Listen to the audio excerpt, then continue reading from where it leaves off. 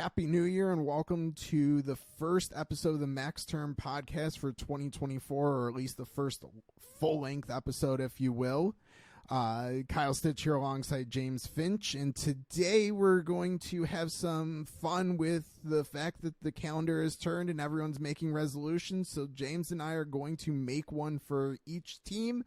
So we have some overlap, but we're going to kind of haul through the league, spend a couple minutes talking about our resolutions for each team, and have a little bit of fun with this. Appreciate you listening, subscribing on any major podcast platform. Also available on YouTube as well.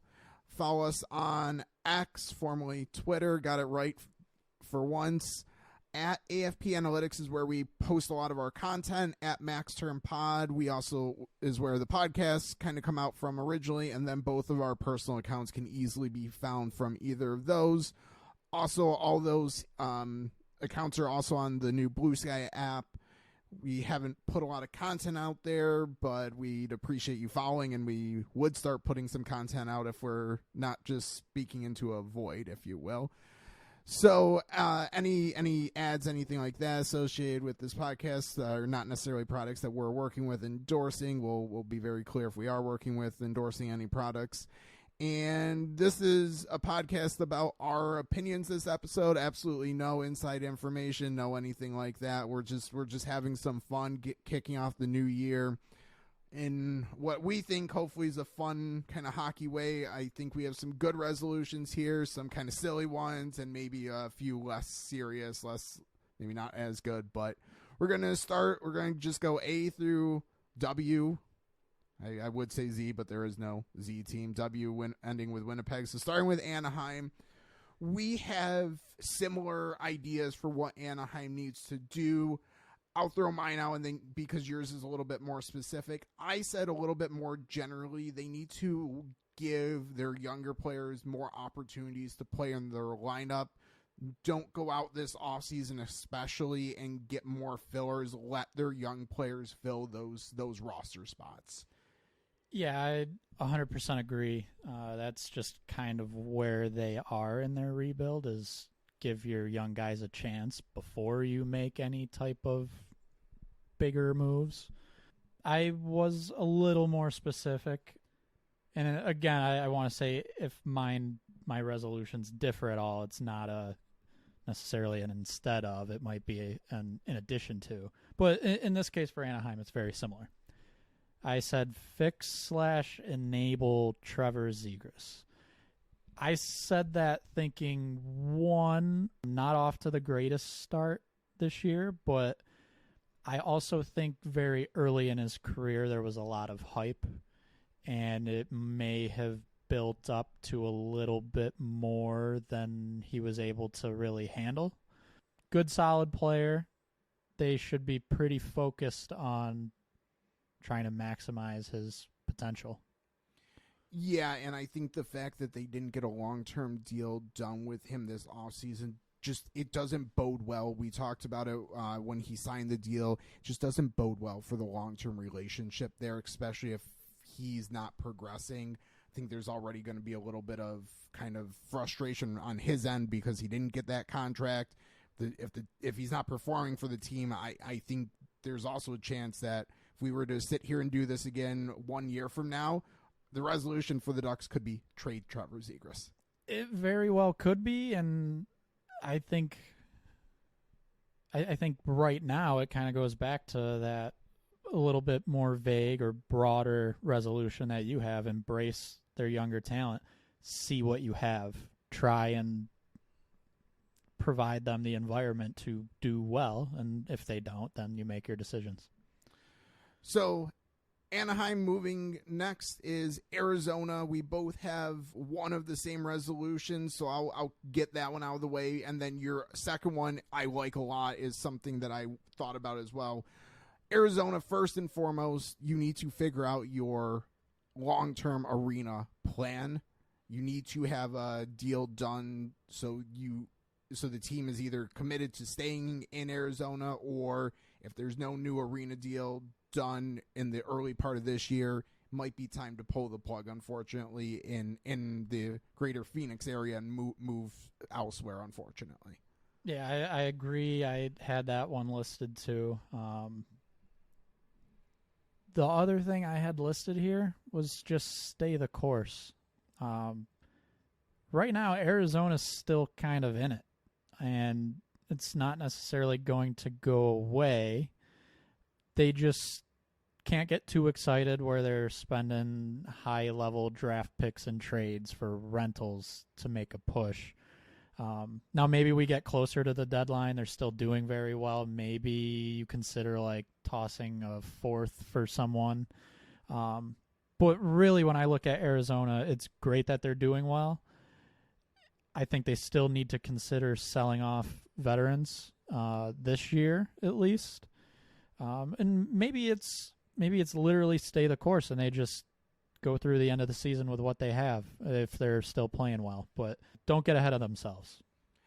I thought you were going with don't sell at the deadline with when I saw your notes for stay the course. I thought you were saying don't sell at the deadline, and I like that. I like Arizona's trying to stay in it if they're there. Very possibly don't sell at the deadline. I guess staying the course, maybe in better words, just don't overreact to the success. I 100% agree. I think we're going to see that's a theme for a couple other teams as well. That's not the first time you're going to hear don't overreact, stay the course, etc. But I like it for Arizona a lot. I agree with you. Don't trade away a first round pick because you still need those. But also, unless you're getting blown away by a deal or something has went really wrong, I think you should keep a lot of your veterans and try to actually make a push for the playoffs this year if you're there. Boston, I think I'll start because I think mine leads nicely into what you have. Is my New Year's resolution for the Boston Bruins is I think it's time for them to make a decision on their goalie. I don't think they can go into another season, especially with Linus Ullmark would be on a 1-year deal. So he's got this season he's under contract, and he'll be under contract next season, but you can't go into next season with him on that expiring contract. You also probably can't give him an extension unless he wants to sign for a ridiculously low amount. So it's time to probably turn it over to Jeremy Swayman, I guess, unless you want to trade Swayman, but I think it's trade Ullmark. But regardless, you need to figure that out this offseason, and that will free up cap space to allow them to do what you're suggesting. Yeah, so my resolution was find a true number one center. What they did this past offseason seemed underwhelming. It's working well enough right now, but it's still pretty obvious they don't have a true number one guy. Projected around $25 million in cap space for next year, or I guess to use this offseason.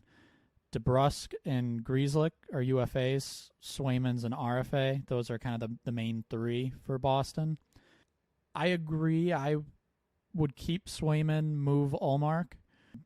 That being said, from a trade standpoint, you might be able to use Swayman as a higher value with team control and possibly find that true number one center or use Swayman as part of the deal.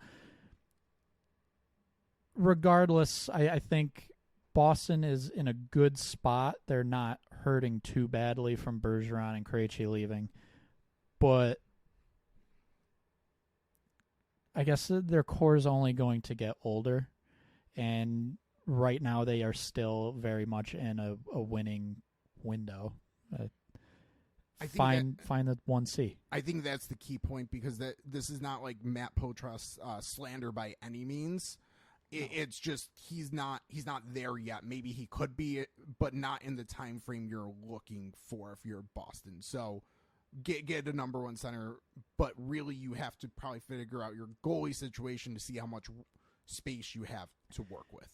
And really quick with that, there might be an option or two out there just in free agency that they could look at. I won't go any further with that too in depth, but I think yours led into mine really well, because that goalie situation is really going to impact the amount they can spend.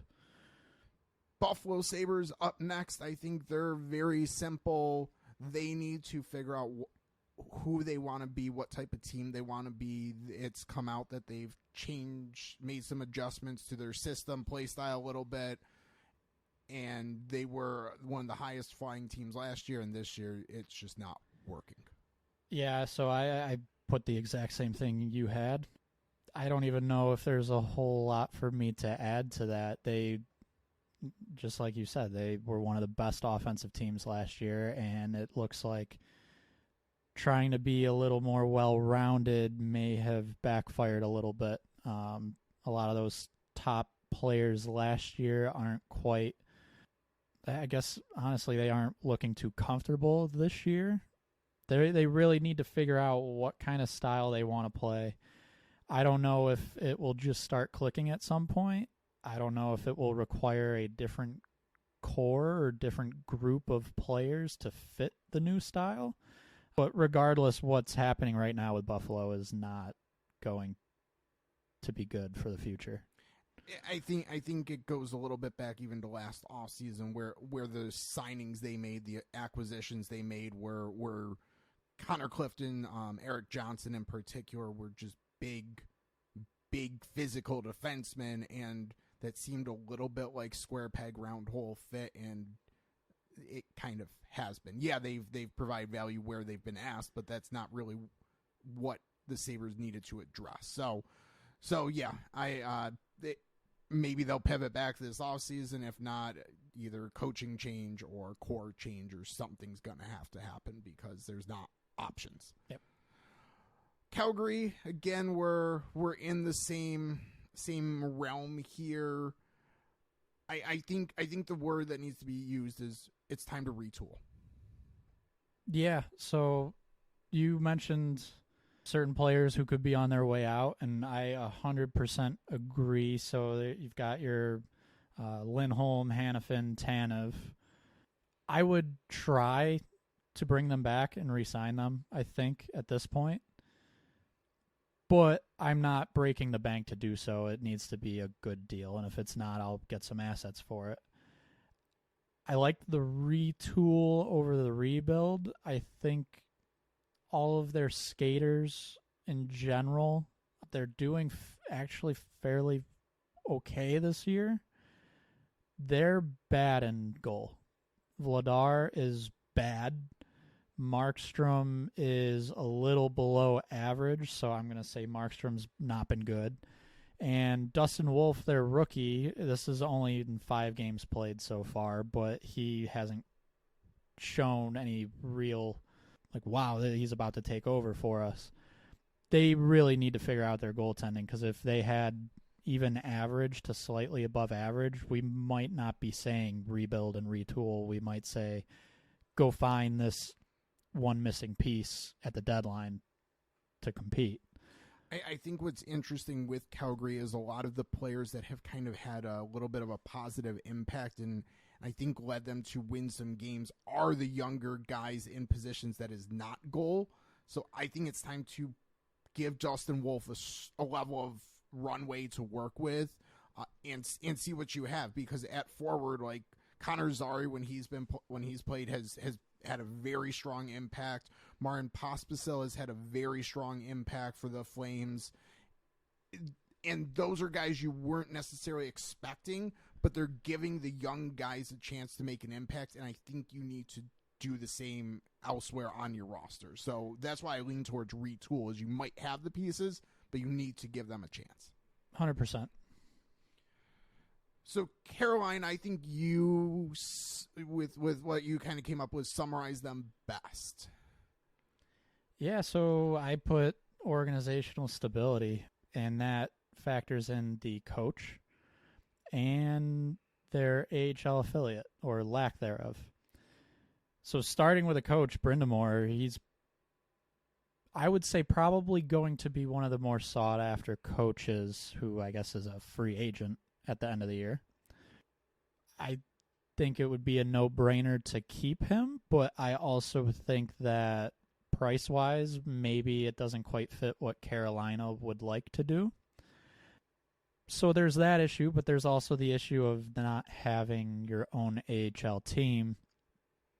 And I guess from a roster management and asset management standpoint, I feel that should be of a very high concern because you're ultimately running your prospects through your pipeline, and it could be changing year to year. Get an AHL affiliate, have that be your team, get that contract done, and just have the stability in place. So I think between the coach and that AHL issue, it's just kind of lock things in and have them be how they're going to be.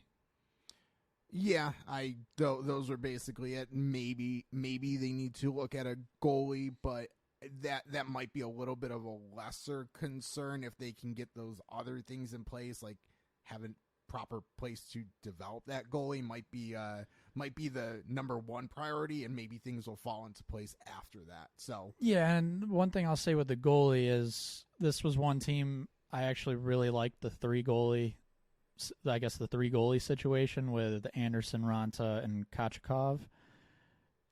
It's kind of paying off that they did that because Anderson and Ranta not doing well and or hurt. Kochikov's there. I would like to see what he can do over a full season because he's their goalie of the future. So this is kind of a situation where the young guy getting some runway here, it could pay off. But yeah, they need to figure that out for sure. Moving on to Chicago, I think this is a pretty obvious one. They have a generational talent. They've torn things down. We've seen other teams, namely the Buffalo Sabres, do the exact same thing and then not build up next to that generational talent well enough, quick enough. Chicago this year needs to start to add and retain players. That might start with like a Ryan Donato, even not trading him, upping him because he's been a good fit with Bedard. But they need to add more skill and more players around Bedard so it doesn't turn into Jack Eichel Buffalo Sabres situation. 100%. And so they kind of tried to do it this year, brought in Taylor Hall. He gets hurt. It happens. There's no predicting that. But I like Donato as an example. Let's say you sign him to like a 2-year deal or something in the offseason and just spitballing, maybe 3. I don't know. He's good with Bedard. In theory, long-term, that's not necessarily his spot on the team, but he still provides value. And instead of losing him, having him on a third line or maybe slides to your second line, like that's good. That's a smart, I guess that's smart asset management. Bring in players so you are consistently improving. They don't want to go too crazy with that because they want room for prospects coming up, other younger guys to surround Bedard with. But I think they really need to make sure that they are consistently improving year to year. And like you said, you don't want an Eichel situation. I would say you even want to try and avoid Edmonton's situation. They're pretty good now, but it took a little while. And I think you kind of look at those two situations and try and learn from it. Don't be too crazy in free agency, but if there's some 2, 3, maybe 4-year deals out there where you can get just average to slightly above average guys in, you got to do it. Surround the generational talent. And part of the reason that was kind of my goal is teams like this at the trade deadline fall into let's go get more draft picks, let's go get more young assets so Donato has this year and one more, so he wouldn't be a pure rental, but I'm using him as an example because I think he would be an attractive option for a lot of teams, reasonable salary, good performance.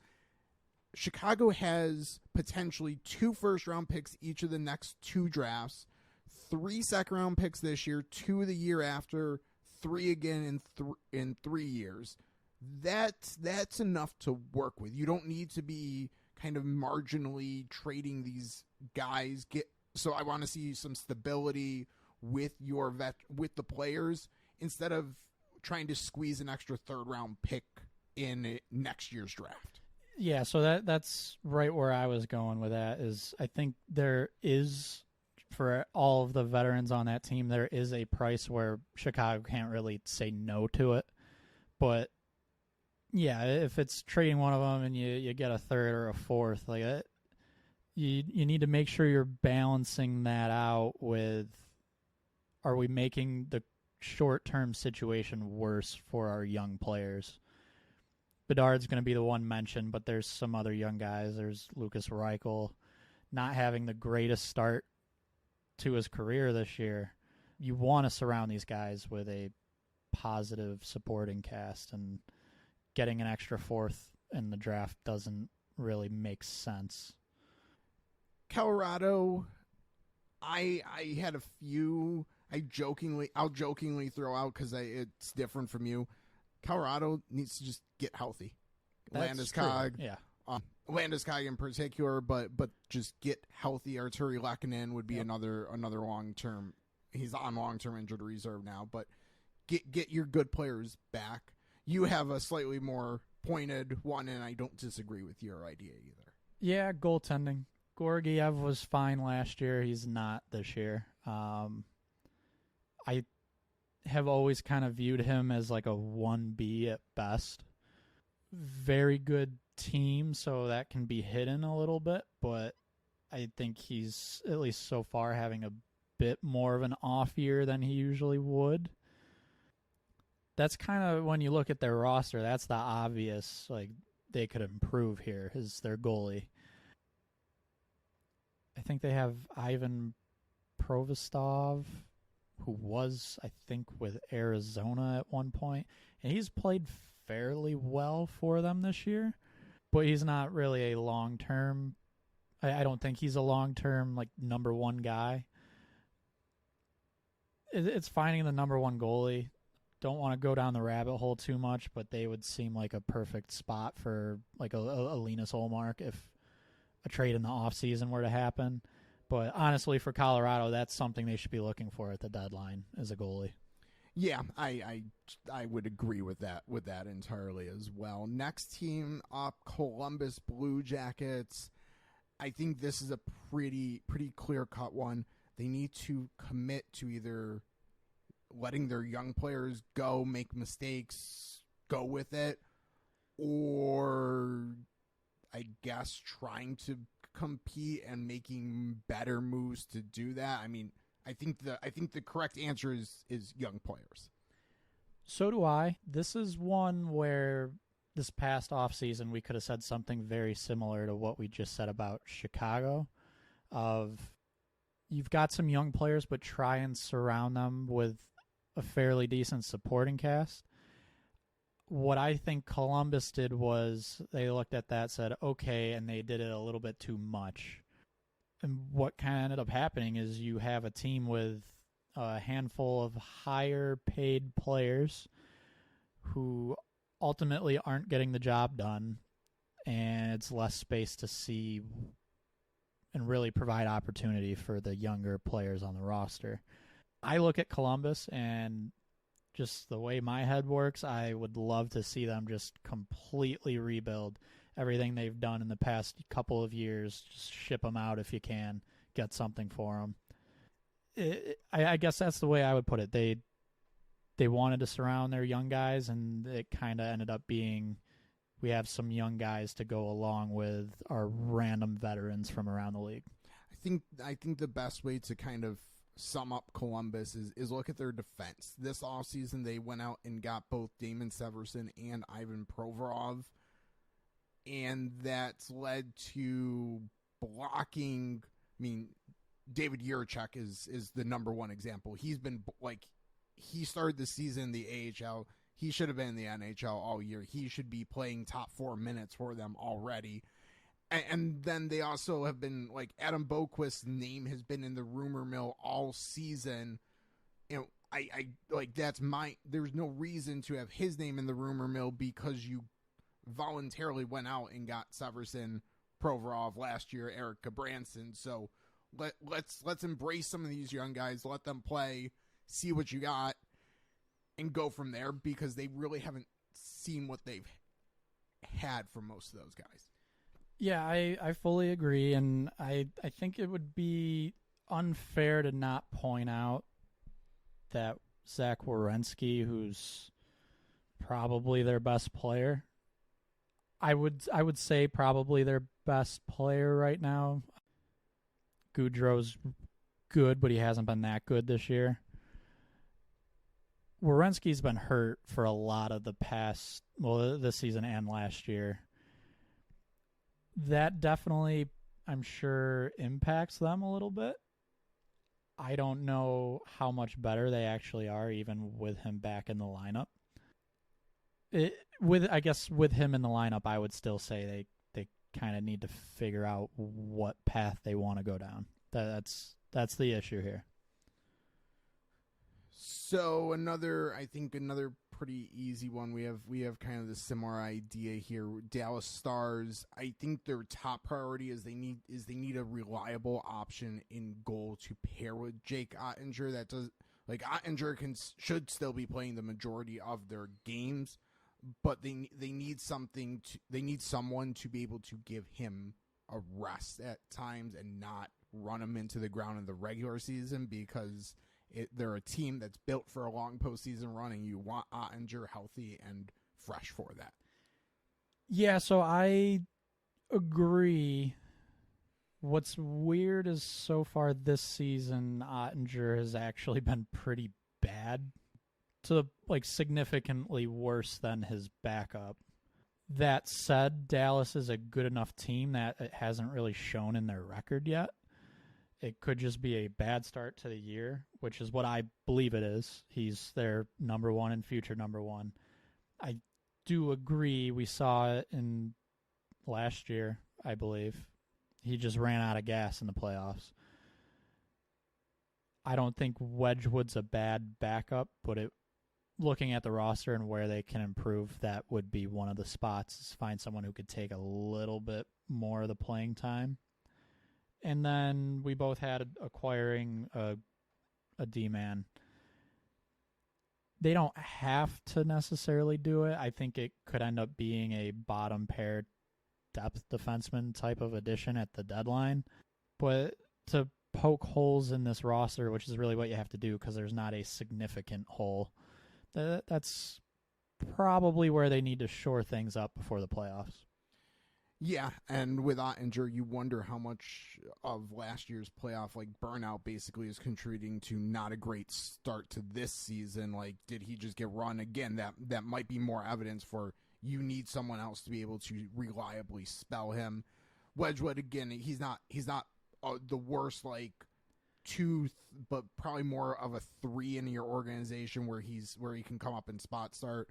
But you want, again, get someone you can feel comfortable with rolling out there for closer to 40 games maybe than Wedgwood, yes. More like 20. Yes, I agree. Yep. So Detroit, I'll say the general. You have more specifics to kind of add. Much like Columbus, I want to see them commit to a direction. Again, another offseason where they went out and got older players, especially on, and I'll lead you into this, especially on defense, because you have someone in particular you want to talk about. Yeah, so first thing I had listed was to bring up their top defensive prospect, Simon Edvinsson. Playing well in the AHL, there's no space on the NHL roster right now. I think they added Justin Hall and Shane Gostisbehere. They're still playing Oli Mata. Jeff Petrie they acquired. That's right. You need space to see if your young guys are ready and ultimately give them a little bit of consistent play time, I guess. And that's going to be tough to find for Edvinsson in Detroit. And I don't mean to say that implying that it would have to be elsewhere, but they do need to make room for their top prospects. It is a little interesting. You look at the forward group. We've talked about this before. You already had Andrew Kopp. You signed JT Compher. Very similar from just a play style standpoint. Compher is actually doing much better this year than Kopp. So I will say that, but they need scoring. So looking at their team, you need to extend Lucas Raymond. He's part of your future, one of your only scoring threats long term, and they need more scoring. They went and got DeBrincat, and we said, okay, great, you need more scoring. Forward depth in general needs to be a little better for Detroit, but they need to add guys who can score goals. And I think the way you do that is embracing the younger players instead of because this offseason there will be goal scorers probably potentially available on the free agent market, but you generally are not finding the top end goal scoring talent in free agency. So you either need to make a trade or you need to develop someone internally and let them kind of give them the runway to do so. Mo Seider would be another one eligible for a contract extension Yes. that needs to get done as well. So moving on, Edmonton Oilers. I'll let you go in on the goalie situation. I think my number one priority for them is Evan Bouchard does not need a new contract this offseason, but he's eligible for one, and the price is probably only going to continue to go up. You need to lock him in this offseason before you price yourselves out or back yourselves into a corner. So I think, number one resolution for the Oilers, above all else, is get Evan Bouchard locked up long-term this offseason. So that 100% should be the offseason priority. You want to be careful. You said don't back yourself into a corner. They need to be careful that they don't get backed into a corner of Bouchard or Draisaitl. Because that's a worst-case scenario, but that is a path that could be gone down here in the next 2 years. They're going to have to choose.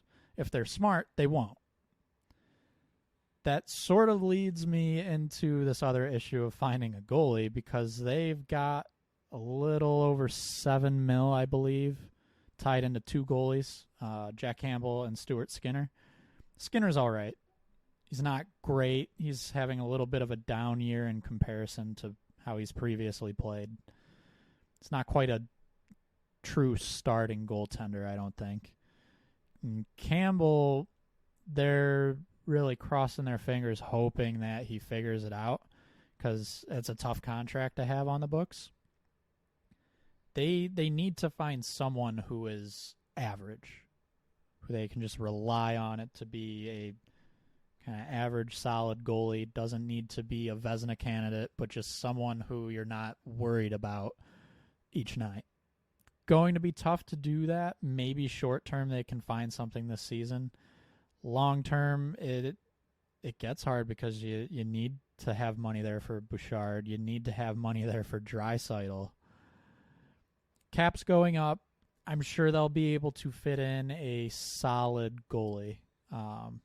Just got to be careful on the free agent market. That's not the easiest thing to navigate. So they need a goalie now, short term and long term.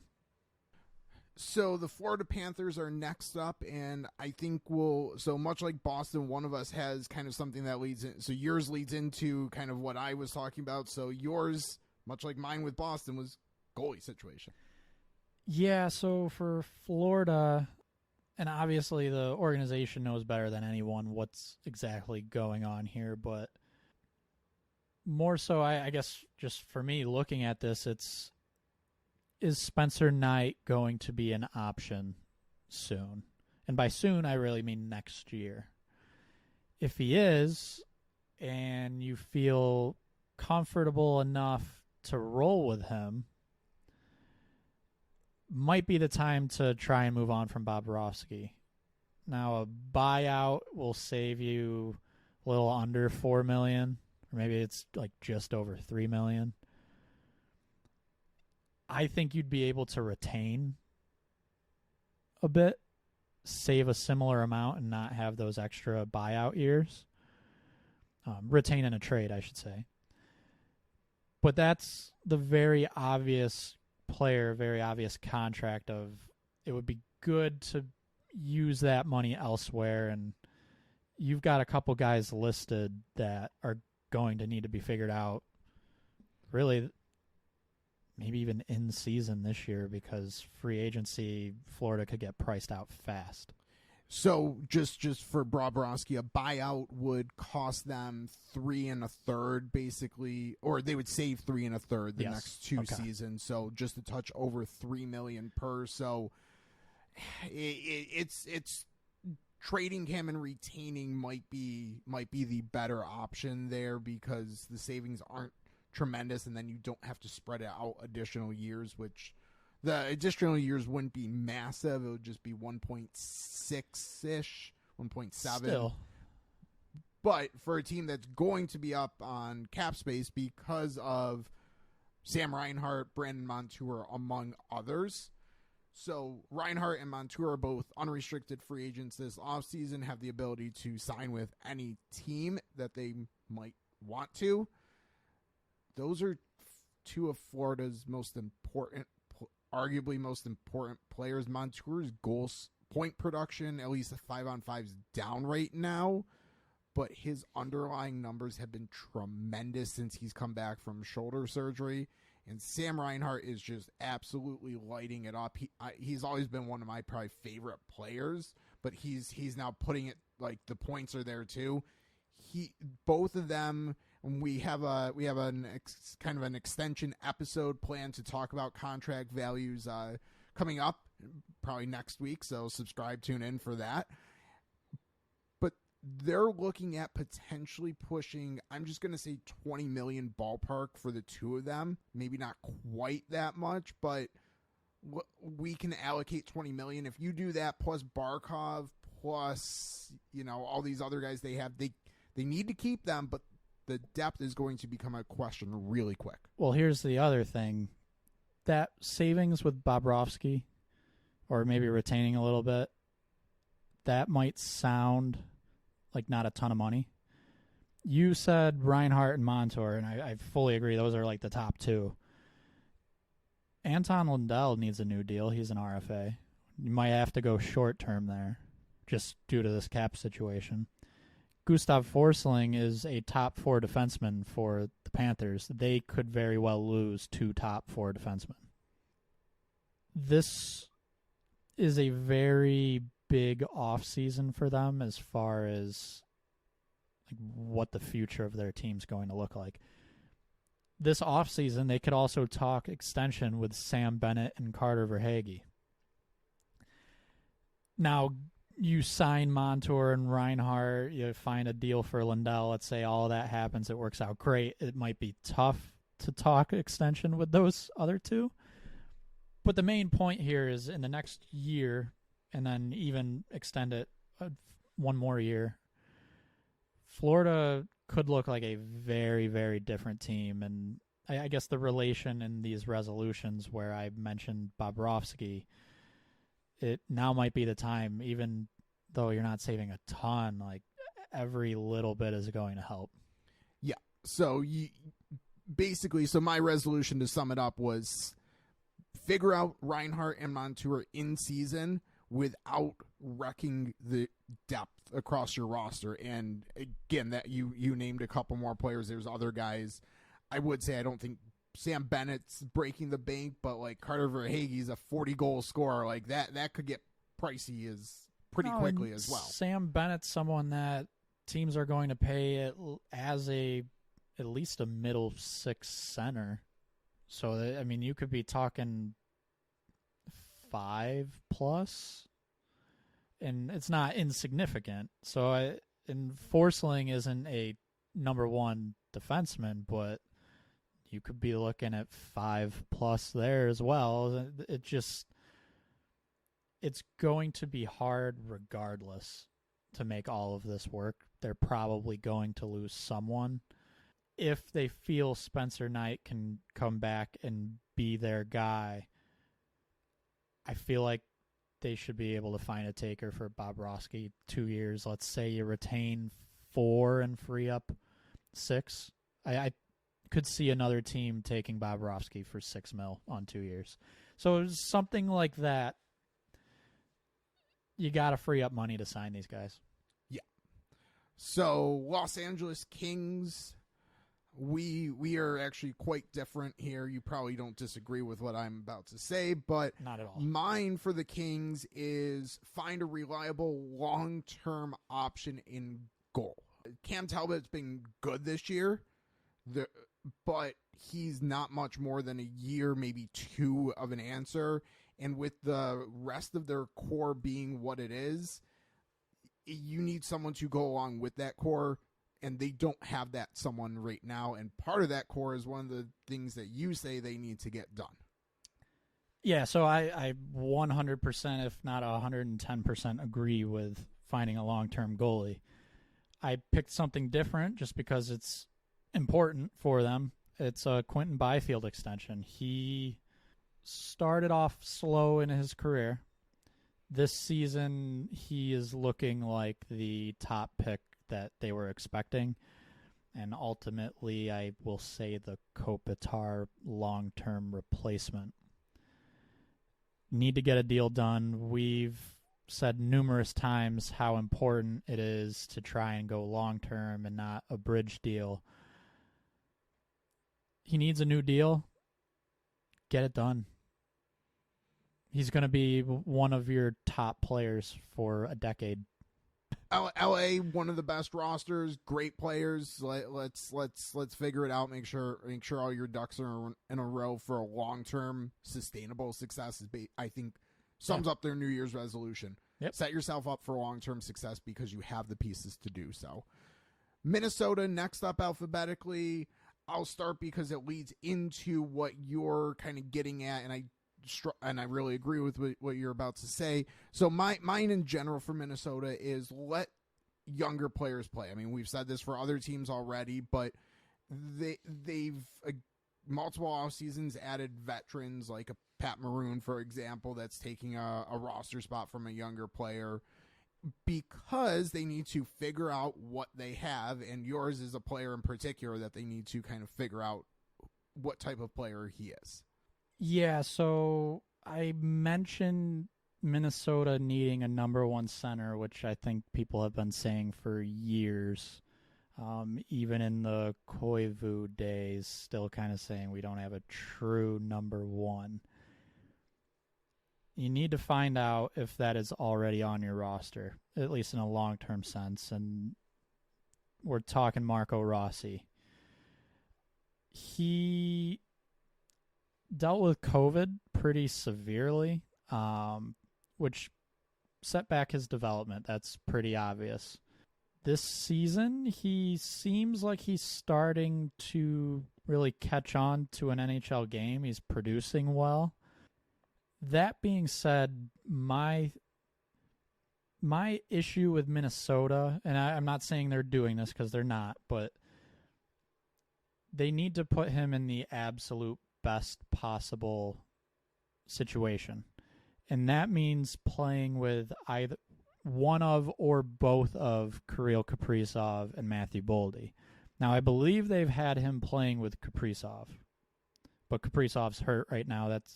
It is what it is. What my bigger issue is just looking at overall time on ice. Marco Rossi, a little over 16 minutes a game. Joel Eriksson, a little over 20 minutes a game. I like Joel Eriksson as a player. He is a middle six center. He is not a number one. Now, if I'm Minnesota and I believe Marco Rossi definitely is not a number one center, fine, I'll play Eriksson more. But I'm not sure just in the amount of games how they would know that yet. So play the young guys. We keep saying it. That's what Minnesota needs to do. It's Marco Rossi, getting him really top-line minutes because you need to find out if he can do it. And honestly, I'll say really quickly, defensively, they're doing it with Brock Faber. That's what I was about to butt in with is injuries kind of force their hand with Brock Faber, but Yes. they're doing it, and lo and behold, that's worked out really, really well for them. So maybe you need to do the same with Marco Rossi and see what you have, because, I mean, unless Minnesota's way smarter than both of us, which, I mean, I guess it's possible, but I don't know how much more information they have that we don't have, at least from just watching analytics standpoint, like there's nothing saying that Marco Rossi is not a number one center, but there's nothing saying he is. So if Minnesota has made that decision, I don't know how they got there. Yep. Find out. So Montreal, I'll let you lead off because our resolutions are basically flipped for what we just said for Minnesota. Yeah, so Montreal, consider a proper rebuild. Definitely a team who has just patched with middle six wingers, random defensemen who contenders are kind of need to get rid of. For Montreal, just looking at the roster, it's a very average team. There are a lot of average names. I really think they need to just actually do a rebuild because the retool of the past 5+ years hasn't really worked. They had a little bit of success. I want to say it might have been the COVID year. It was the COVID year. Maybe gave them a little bit of false hope looking long term that maybe we're better than we thought we were, and I don't know. I look at the roster, they've got a lot of guys, might be good on third lines for a lot of contenders, but I don't know. I think Nick Suzuki is good. There's a long-term piece. I would even say if they want to and he wants to stay, keep Gallagher. He seems like a good locker room guy, and he's still a pretty decent player. But there's just a lot of random names. If a team wants Josh Anderson, trade them Josh Anderson. He's not moving the needle for you right now. So I have a particular player that I am zoning in on here. Montreal needs to figure out a good, true development plan for their number one overall pick, Yuri Slafkovsky. So a rebuild's only as good as you make it as far as developing guys, and so he should be your piece to really be on the path to maybe not needing a rebuild, but he's not. A number one overall pick should put you in a position to not need to full-on rebuild and maybe do more of a Calgary-esque retool or something. But, you have to figure out Yuri Slafkovsky. It's not working right now. You need a development plan. And, I mean, it's already, looking bad with the players that went immediately after him. Some of the players that went immediately after him. So, to me, Montreal, you need to invest and figure out a way for Slafkovsky to become a long-term success and stop worrying about your short-term and the optics related to probably sending him to the AHL. Yeah, so if they were to hit the rebuild button right now and start that, its number one priority is figure out what to do with him to put him in the best spot possible. I do think they kind of got stuck in that he's the first overall pick. We need to bring him to the NHL right away. They shouldn't have. I think doing that proper rebuild might kind of help them almost hide it a little bit of getting him to the AHL. All right, we're done. We need to start a proper rebuild, and that's going to include getting our young guys the development that they need. So next team up is Nashville. I will spend very little time on it because the last episode we recorded and pushed out was a long-term outlet for the Nashville Predators, and we spent probably 20 minutes on that episode. I might be exaggerating a little bit. I don't really think I am. That's about what I was going to say. Talking about the goalie situation and how they need to figure it out this offseason, if not sooner. And both of our resolutions, figure it out, Nashville. You got to figure out who's your long-term options, Saros or Askarov. Yep, 100%. I think you definitely need to give Askarov some games. And quite honestly, and we won't make this a long conversation like you said, but one of those two can be used to get a very much needed piece long-term at forward, possibly a center prospect or a young player, even a defenseman looking at their organizational depth. But you have a Vezina caliber goalie, and then you have a very high level goalie prospect, you can't risk not getting value for one of them. And again, you want to hear more about what why they need to make this decision, what they should do. Previous episode, Future Outlook Nashville Predators will get you much more in depth on them. So kind of funny that the next team up alphabetically is the New Jersey Devils, who coincidentally in that Future Outlook episode for Nashville is who I connected to UC Saros. And this is also my resolution basically for them. It doesn't have to be Saros, but find a reliable goaltending because it could be Askarov too, potentially. This is, and again, we won't go too crazy with this, but they're kind of, those two teams are a perfect matchup for kind of what eventually needs to happen here. But yeah, looking at New Jersey alone, Vanecek is not, he's not the goalie that they were hoping he was going to be. They've got Akira Schmid, could be decent. I don't think he's going to be the number one that they are looking for. Nico Dawes is, I think, up with them right now. They just recently swapped Schmid and Dawes because Schmid was just not putting it together at the NHL level. I mean, none of them. Vanecek isn't either, but yeah. So you can, I guess, see what Nico Dawes is going to do. But when you're looking at this team, offensively, great. Defensively, at least good. I would say improving. Yes, improving for sure. This is, you look at a top contender, this is a glaring need.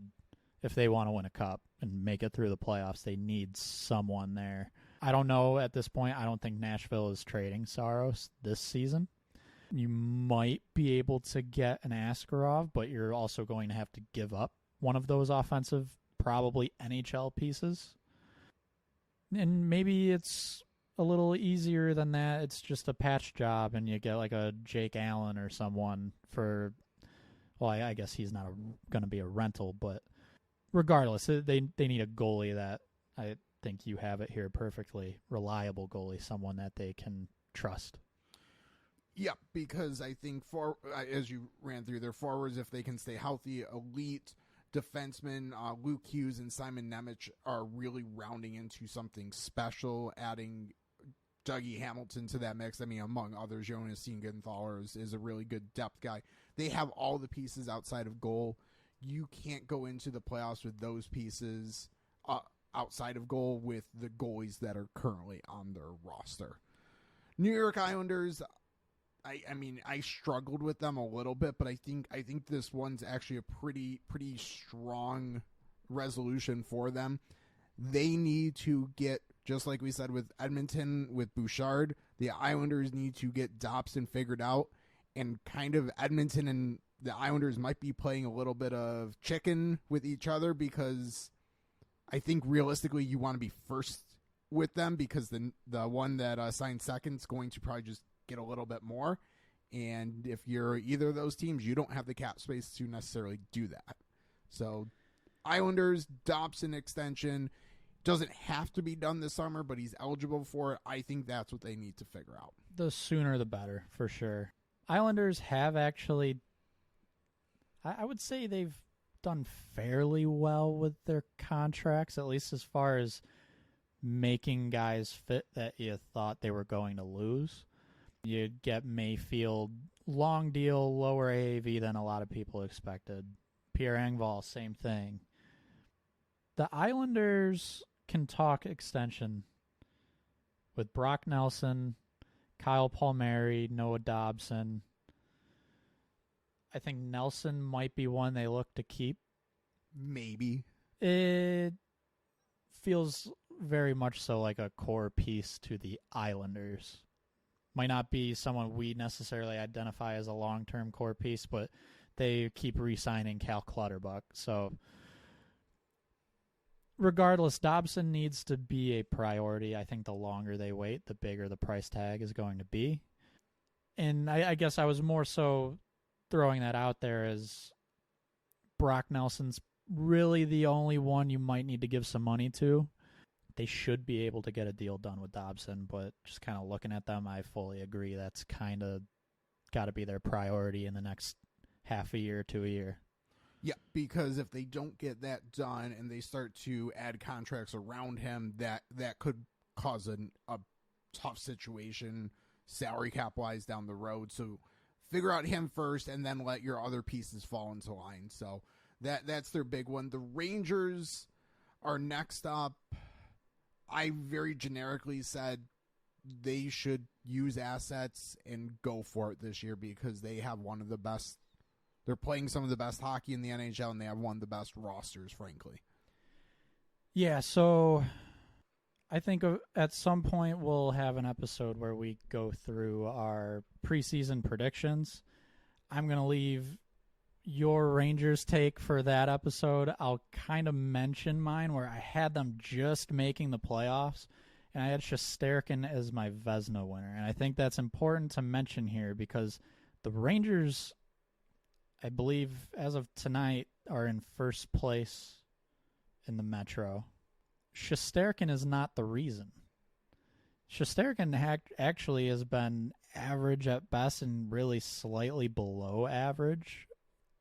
Assuming he improves as the season goes on, I think they could end up being a favorite for the Cup. And to be completely honest, when I look at their roster, I like their defense. It's their forwards that I think need a little help, similar to last year. I would like to see a center, but they could use wingers as well. They just need more depth. And honestly, they're playing like one of the best teams in hockey, and what everyone would have thought would make them that is not playing very well right now. So I think there's a lot of opportunity here for them to really make a push. Throw one just kind of random but not random name out for forward for the Rangers that might make a lot of sense. I don't know if he will want to be traded necessarily, but Kyle Oposo from Buffalo to the Rangers would make a lot of sense for that organization. Yeah, that would be interesting. I could throw a couple more Sabres names too, maybe more valuable ones that would make a lot of sense for the Rangers. We'll see what happens with Buffalo. There's the Sabres. There's going to be a bunch of other teams too who could possibly sell. Oposo would fit a need for the Rangers, type of player he is. Up and down the Rangers lineup, whether you want to acquire a goal scorer or someone who is better on a defensive line, you need a winger, you need a center. There's space to add for the forward group. That's really what they need to do because only one of their top forward draft picks is playing like a top forward draft pick, which is an improvement on last year. Lafreniere looks good. Capo Caco still doesn't. Well, Philip Hedl as well, I would say, has been good, but he's been injured all yes, well, I more meant like top draft two picks. Yeah. Yes. Ottawa Senators, I mean, if we did this last year, we did this the year before, we probably would have, well, maybe not the year before. Last year, we would have said, find a goalie. We're still saying find a goalie. Next year, it seems like we're going to be saying find a goalie because they're kind of backed themselves into a corner, but maybe new management, new coaching staff will just cut bait and move on from what they've put themselves in. Korpisalo is I'll say a good backup, at best a 1B, and that's exactly what he's playing like right now as their starter. Their backup, I'm blanking on the name. Anton Forsberg, I believe. Yes, not playing very well. They need goaltending. Defensively, they've pretty much got their group of guys. Could maybe add a depth defenseman, but they've got their top six, I think. And even at forward, they don't need to go make a huge splash for someone. It's more like maybe bring in a bottom six type guy and improve there. But the thing really holding them back seems to be their goaltending. I have a wild idea for the Ottawa Senators. Jack Campbell for Jonas Korpisalo, 1-for-1. I don't know if Korpisalo is playing bad enough for them to do that. I think Edmonton would for sure go for that. I think Ottawa would just rather stick with the decision they made. That's probably what they're going to do.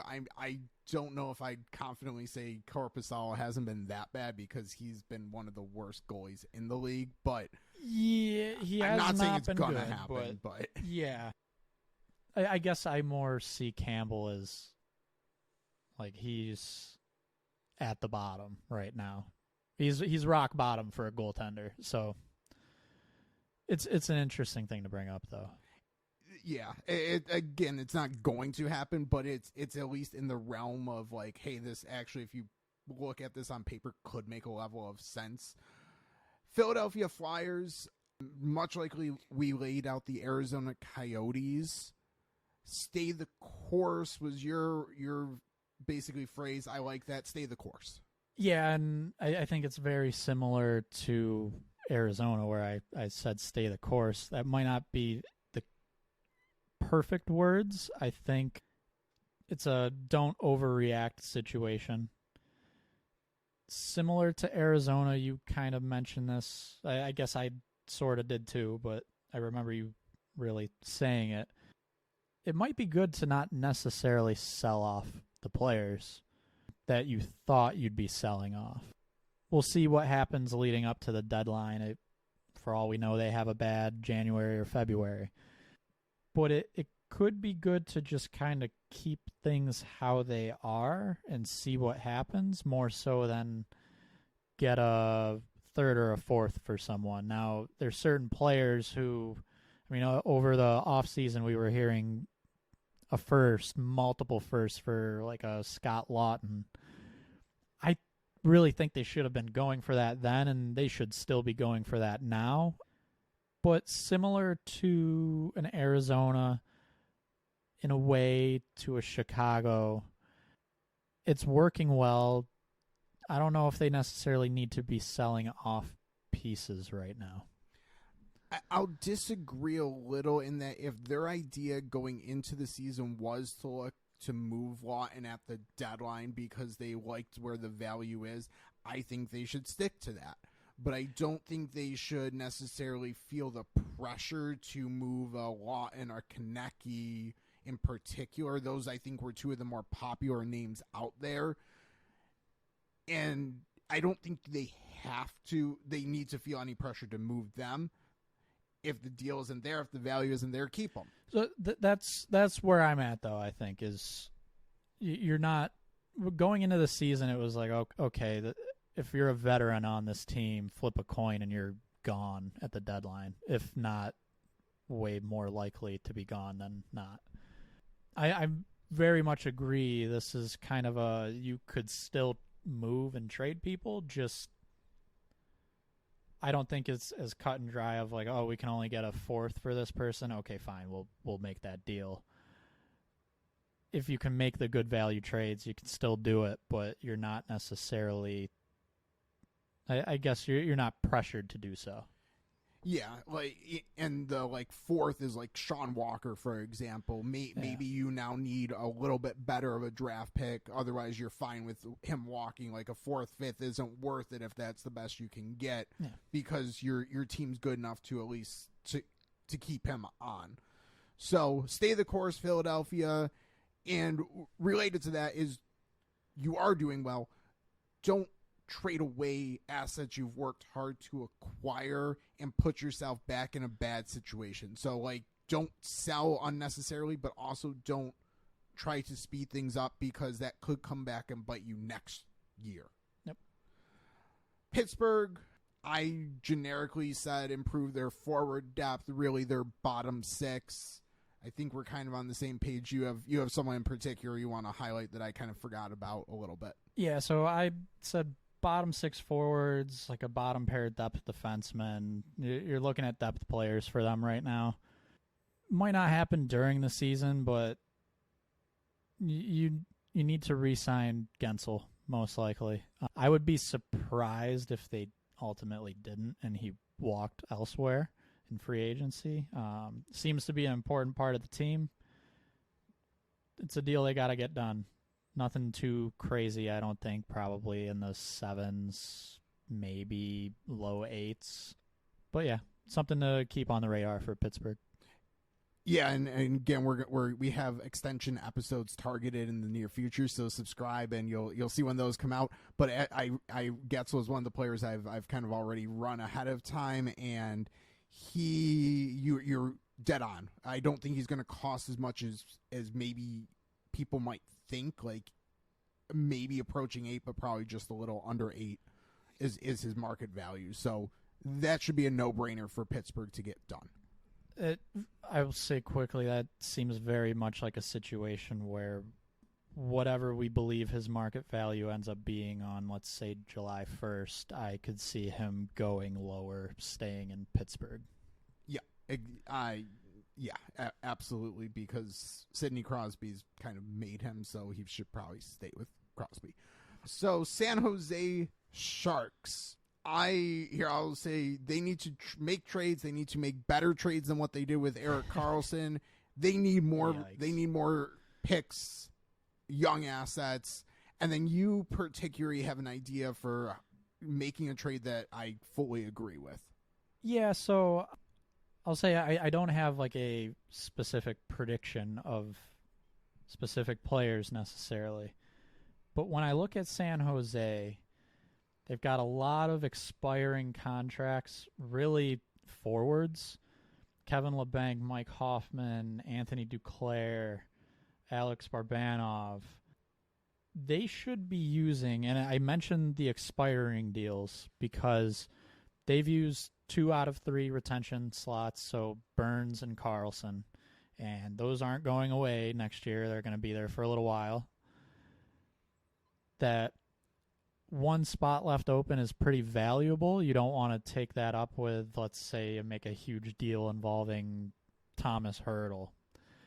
You're not going to use that there. I don't even think they'd have to retain really with him. But main point being, it would be great to use that spot to try and maximize value on someone like an Anthony Duclair. Help his contract fit with a team close to the cap at the deadline. Use that third spot. It'll open right back up after the year. And again, maximize the value of some assets that aren't going to be a long-term option for you.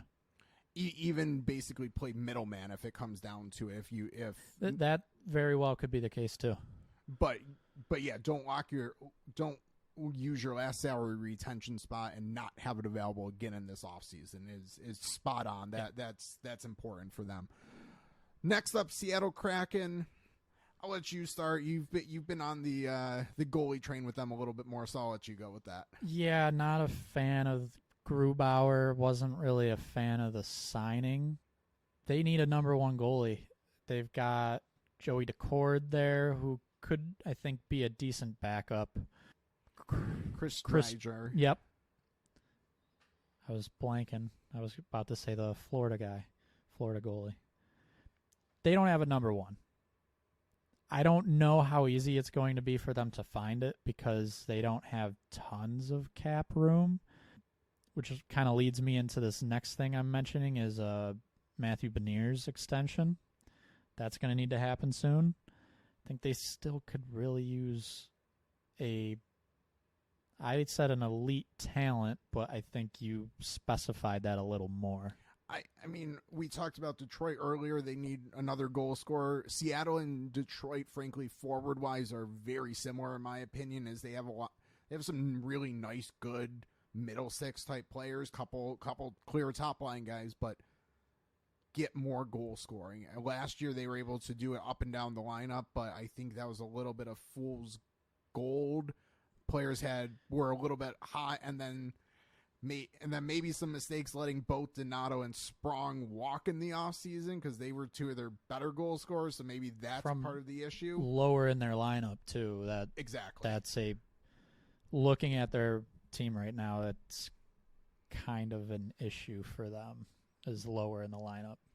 But also at the top, there's no one that I'm fearing matching up against if I'm another team necessarily. Like, again, good 2-way players, but like I'm not afraid of Jordan Eberle lighting me up any night. So you would put I put elite talent. You would put elite goal scorer. I think that's exactly it for them. Well, that and a goalie.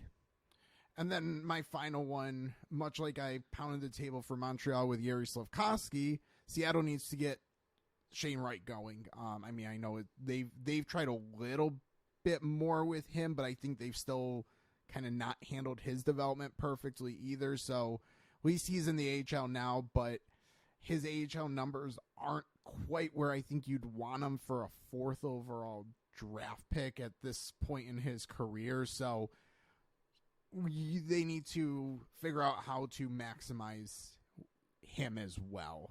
So this year would be a good year to do it. St. Louis, I think we're both a little bit on the embrace the younger player standpoint, kind of bus here. I'm picking on them on defense a little bit more because their defensive core is super old. They might not have the best players in the wings, waiting in the wings on defense at least, but I think it's time to at least open some spots and see what type of rebuild, retool you can do back there, because no one on that blue line at this point is really scaring me. No one's scaring me if I'm another team. Well, yeah, if I'm another team. If I'm building a team, they're kind of scaring me a little bit. Yeah, just no one's standing out there as a true difference maker at this point. I fully agree with take on their defense. Just needs to get better.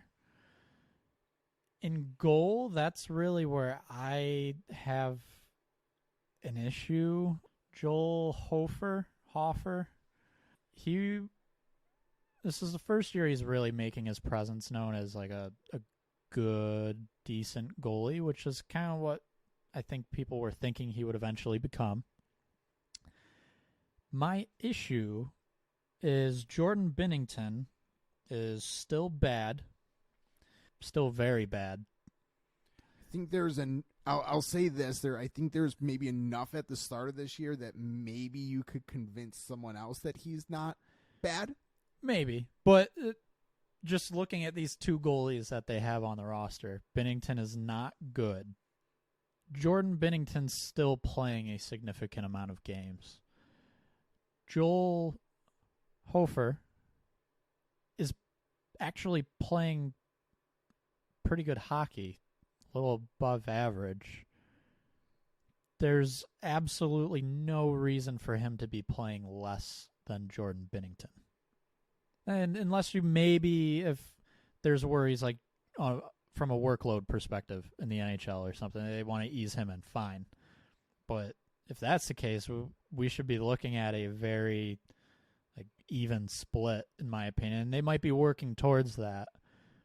But you've got a young goalie with potential who's playing at worst at an average performance level. And then you've got one who you know for multiple years is not a good goalie at this point. Got to make that change. So, next up, Tampa Bay Lightning. We're both kind of on the same train of thought here, and it might be a little bit of a hot take that we're about to throw out, but I think it's a very reasonable take. I was a little more direct, I think. Maybe a little more drastic, but we're talking about the same thing for sure. I guess your more drastic take should be more fun to lead off with, so. Okay, yeah. Steven Stamkos is a free agent at the end of the season. Don't resign him. Not the same player he was. There's still some points on the board.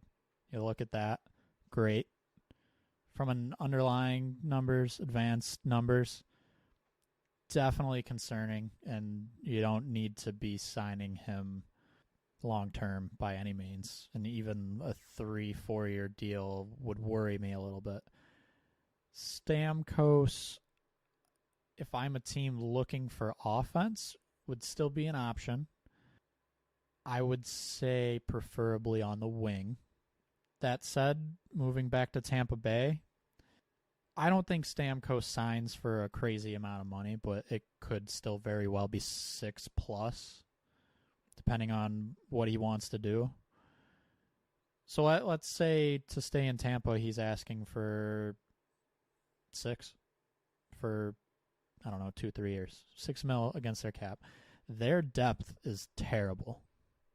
And really a big part of that is they pretty much stopped drafting people, use their picks to acquire talent. And I'm going to say fine, because they pretty much run a dynasty for the past almost decade. They need depth, forward, defense, someone behind Vasilevsky. You need money to spend to do that, and it's not even go get someone at league minimum. It's no, you need a couple good bottom six forwards. You could use a top 4 defenseman, a solid bottom 6 defenseman, a good backup so that your goalie coming off of back surgery doesn't need to continue playing 60-plus games a year. I think from a story perspective, it sucks for Tampa to possibly have to let Stamkos go, but I think it's very much needed. Again, we'll have a more in-depth extension value episode. Stamkos was one of the early ones that were able to run through the model here. And my resolution was don't overpay and overcommit to him. And I think the kind of market value that we project for him early on here, 4 years, $6.8 million would qualify to me as an overpay, overcommitment to him. So if that's accurate, which I kind of like it is, I kind of feel like it is because of who the comps are. I think it's time to say bye to Steven Stamkos and let someone else pay him that money, because I think he gets that in the open market because of who he is. But Tampa Bay, as you just laid out, should not be the one to do that. So I will say quickly, I'm not going to give the names of the comps. We'll save that for a future episode. But looking at this, to me, it's less about the comps, because I actually think, speaking from an advanced numbers perspective, those comps are actually better players with those contracts, or when they sign those contracts. It's the name recognition you mentioned. Exactly. That's going to get Stamkos that money. Yep. But yeah. Toronto Maple Leafs, we just put out a kind of, we're calling it a max term short on the William Nylander contract situation.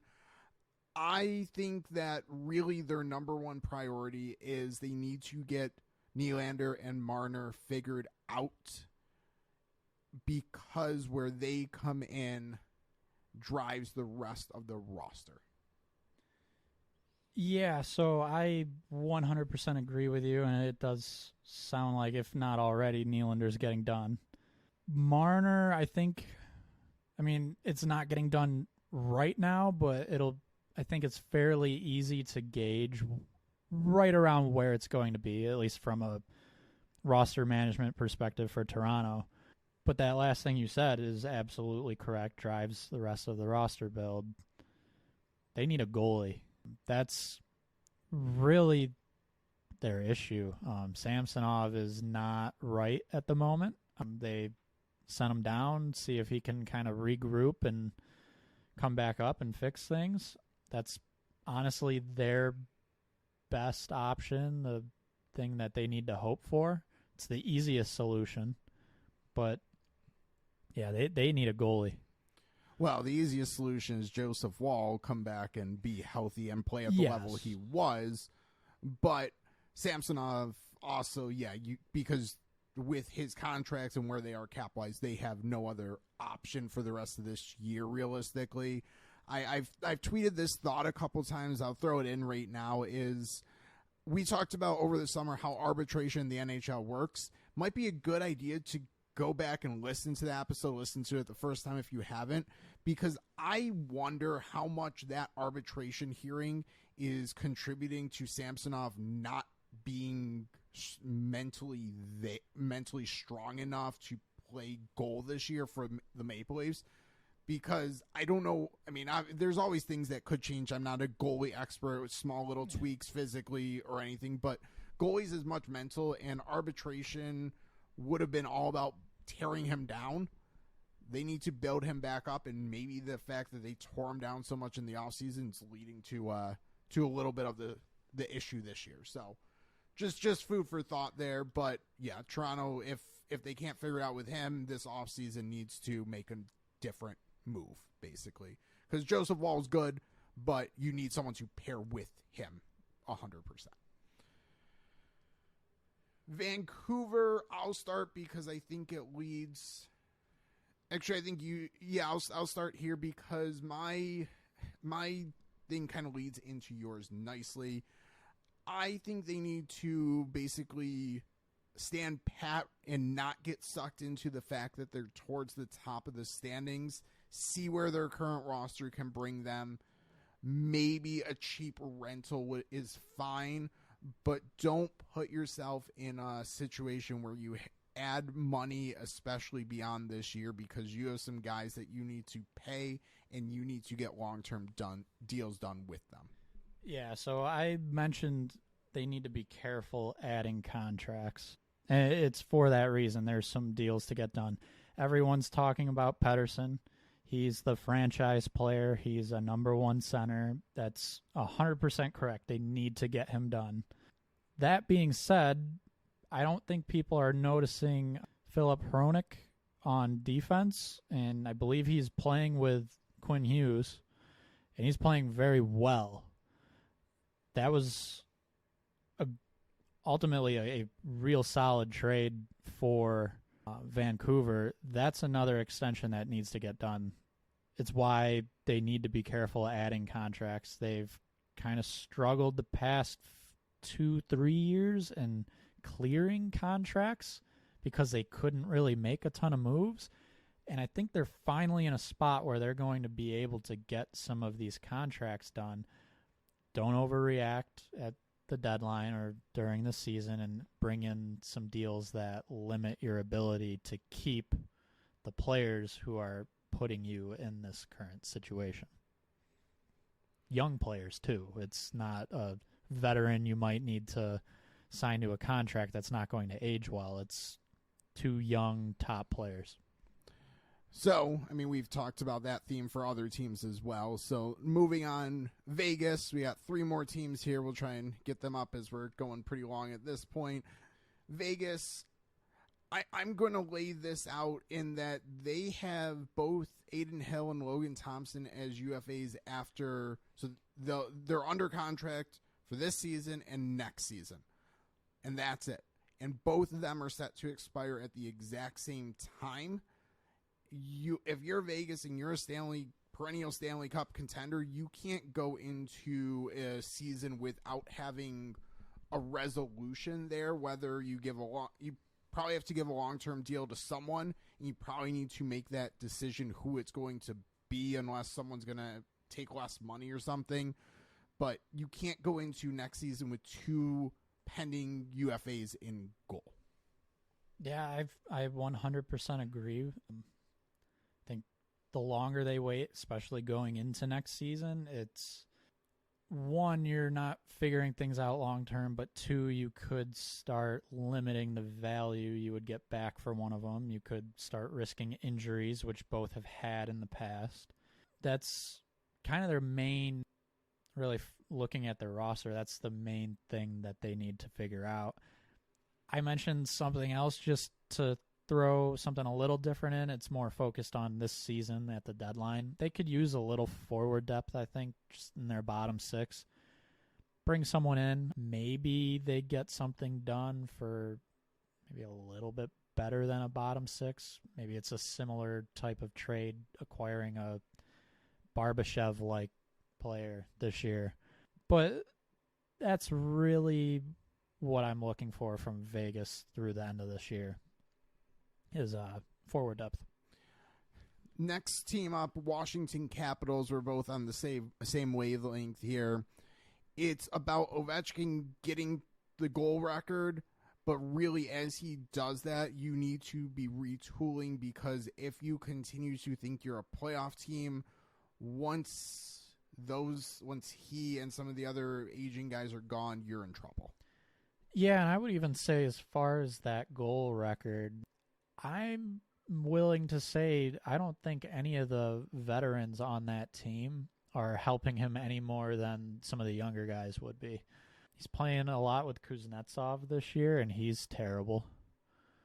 Kuznetsov is not a good player anymore. I put down retool and really be willing to trade any veteran not named Ovechkin or John Carlson. Retool, and similar to a lot of these other teams, see what you have in your younger guys, because they've got some younger guys. Give them some opportunity. Let one of those centers, Hendrix LaPierre, Connor McMichael, see what one of them can do with Ovechkin. Maybe you find something. Yeah, I think Washington is not going to go that route, but they should. Yeah. They absolutely should. Finishing up, Winnipeg Jets. We have some very differing opinions. We won't spend too long discussing them, but I'm going to sum up the Winnipeg Jets as they've been married to their guys for a very long time, and they extended those commitments to Hellebuyck and Scheifele. They need to, at some point, start to be okay moving on from guys, letting guys walk, trading guys away, because a lot of their players are starting to approach 30 or the wrong side of 30, and you just can't keep bringing those type of players back. So my resolution for them is start to not marry yourself to as many guys. Be willing to move on from guys you've had for a while. So I'm going to say I agree, and I want to say that even though what we both have down here, it differs, I think what I have, I think you can do both of these resolutions. So I put find controllable top six or middle six center.